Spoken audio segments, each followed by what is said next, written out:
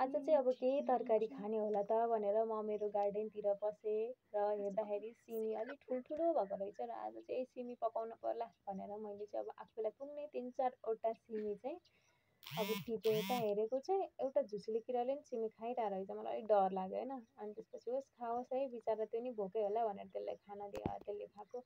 अनि अरू टिपेँ र 4-5वटा 5-6वटा टिप्दैछु।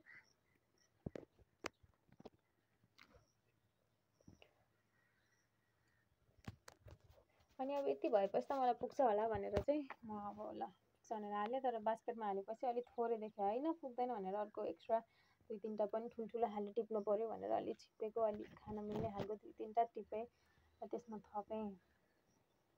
ल यति भए त कस्तो नपुग्ला र भनेर अनि यसो हेरेको त फर्सी हो अस्ति भर्खर रोपेको कत्रो ठुलो भएछ भनेर चाहिँ हेरेको नि खुसी लाग्यो।